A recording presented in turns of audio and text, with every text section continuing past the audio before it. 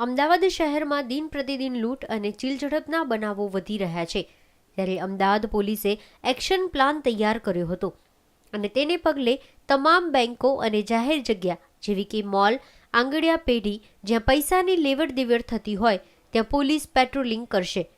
શરૂઆતમાં પોલીસ દ્વારા પેટ્રોલિંગ કરવામાં આવતું હતું, પરંતુ હવે તમામ જગ્યાઓ પર ના તો પોલીસ દેખાય છે કે ના તો પીસીઆર વાન દેખાય છે। આ જોતા એક વાત સ્પષ્ટ થાય છે કે પોલીસનો એક્શન પ્લાન માત્ર ચોપડા પર જ રહી ગયો છે। દિવાળીનો તહેવાર નજીક છે ત્યારે બેંકોમાં અને આંગડિયા પેઢીમાં પૈસાની લેવડ દેવડ વધારે થતી હોય છે, તો લૂંટ કે ચીલઝડપના બનાવો બનવાની શક્યતાઓ વધી જાય છે, પરંતુ પોલીસ દ્વારા કોઈ જ પેટ્રોલિંગ કરવામાં આવતું નથી।